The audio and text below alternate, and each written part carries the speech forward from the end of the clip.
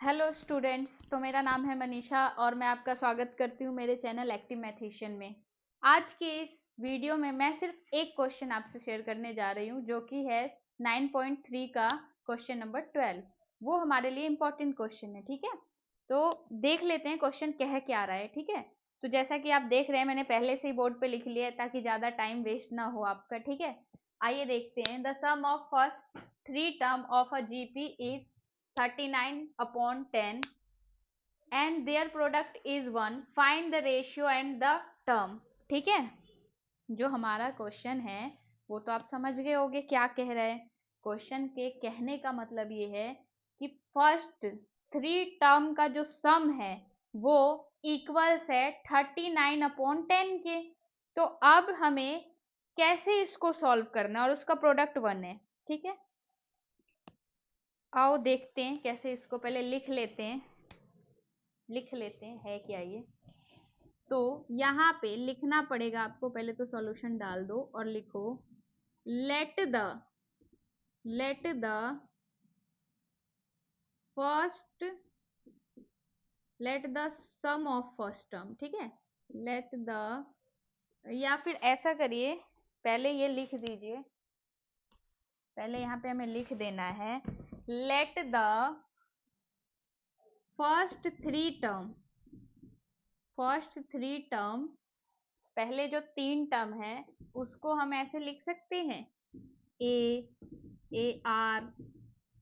Are square, ठीक है। क्योंकि ये टर्म्स जो है वो जीपी में है, तो जीपी में तो हम ऐसे ही लिखते हैं, ठीक है। अब यहाँ पे होता क्या है, अब इसका सम बोल रहा है। जब हमारे टर्म 3 ये हैं, ओके, तो हमारा जो सम बोल रहा है, तो सम कैसे निकालेंगे।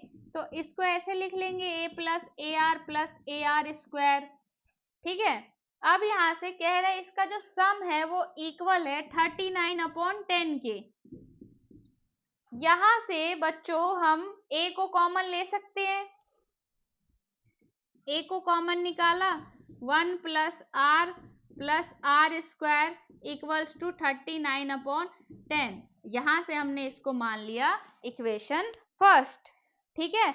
जो पहले उसने बोला ऊपर वाली लाइन में वो तो हमने यहाँ पे क्लियर कर लिया। अब कह रहा है इसका प्रोडक्ट 1 है। जो टर्म्स है पहले के 3 टर्म्स, उसका प्रोडक्ट 1 है, ओके, 1 है। तो इसको कैसे लिखेंगे, इसको लिखेंगे ए मल्टीप्लाई ए आर का स्क्वायर इक्वल्स टू 1। यहां से हम इन तीनों ए को आपस में मल्टीप्लाई कराएंगे तो ए क्यू बनेगा और ए आर की पावर भी ए की पावर 3 और आर की पावर भी 3 हो जाएगी, इक्वल्स में 1। यहां से हम इसको ऐसे लिख सकते हैं इजीली, कोई प्रॉब्लम नहीं है। अब क्या करेंगे, taking cube root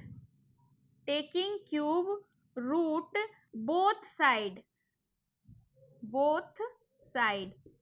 cube root लगाना है दोनों तरफ। तो जब क्यूब रूट दोनों तरफ लग जाएगा तो हमारा दोनों तरफ का 3 कैंसिल हो जाएगा। यहां आ जाएगी a की वैल्यू 1/r। अब ये 1/r जो a की वैल्यू आई है, ये हमें उठा के पुट कर देना है इक्वेशन 1 में। ये उठा के हमें पुट कर देना है इक्वेशन 1 में। तो यहां लिख दो put the value of a in equation 1, ठीक है।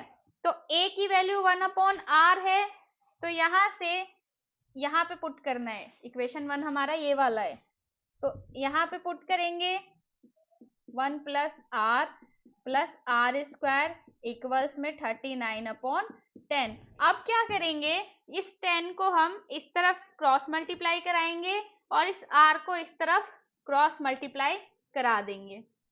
तो कैसे कराना है ये देख लेते हैं। यहां से 10 को पहले 1 से मल्टीप्लाई करेंगे, plus 10r plus r square equals में इसको इससे मल्टीप्लाई कराओगे तो 39r।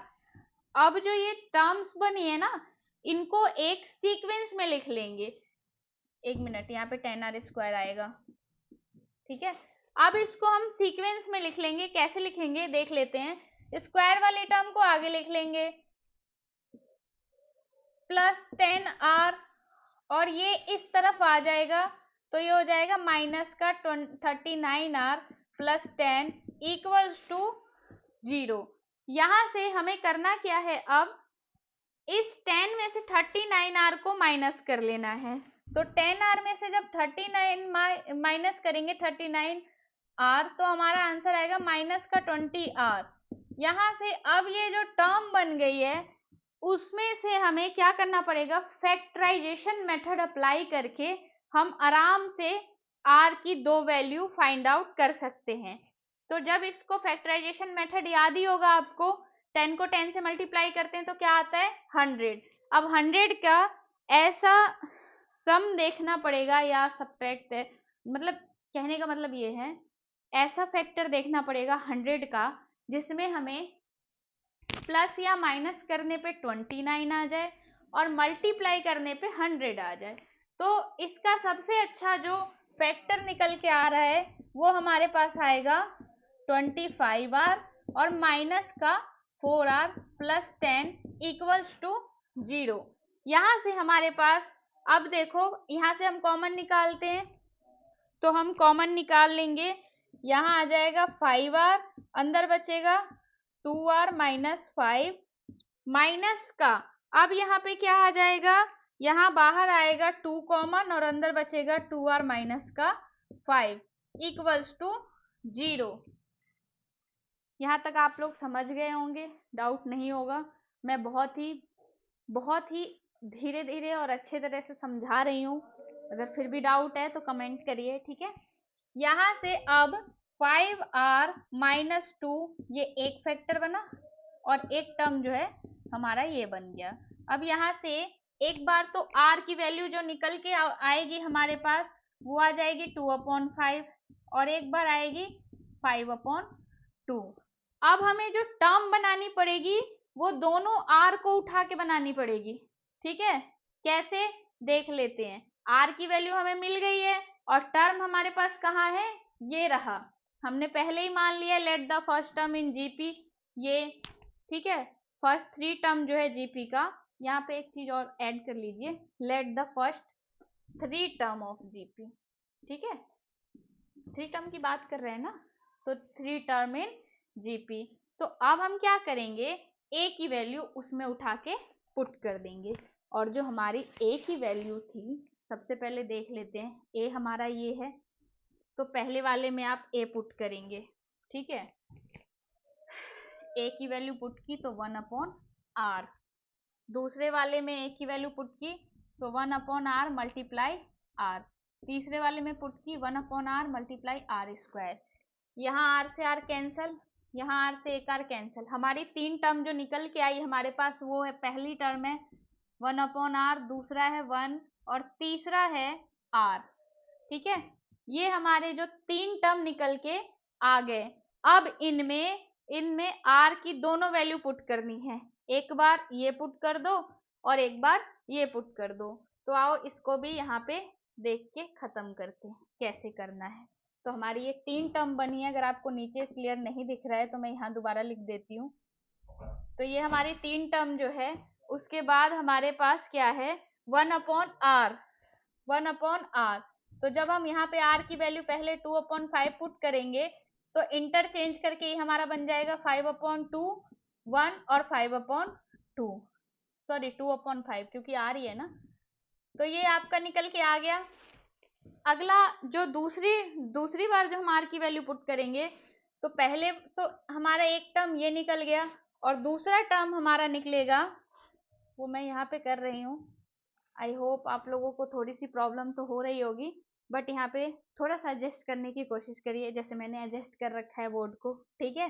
तो 1/r, तो यहाँ से अब r की वैल्यू पुट करेंगे 5/2, तो पहली टर्म बन जाएगी 2/5 और दूसरी टर्म तो 1 ही है और तीसरी टर्म जो हमारी बन के तैयार हो जाएगी वो हो जाएगी 5/2। तो हमारे जो आंसर है वो इस तरह से 2 आंसर निकल के आएंगे। ये टर्म है दोनों और ये आपकी कॉमन रेशियो है। तो मैं होप करती हूँ आप लोगों को ये वाला सम अच्छे से समझ में आया होगा, ठीक है। और अगर आपको फिर भी कोई डाउट रह जाता है तो आप लोग मुझसे कभी भी किसी भी वक्त कमेंट सेक्शन में आके पूछ सकते हैं, ठीक है। तब तक के लिए बाय, गुड नाइट।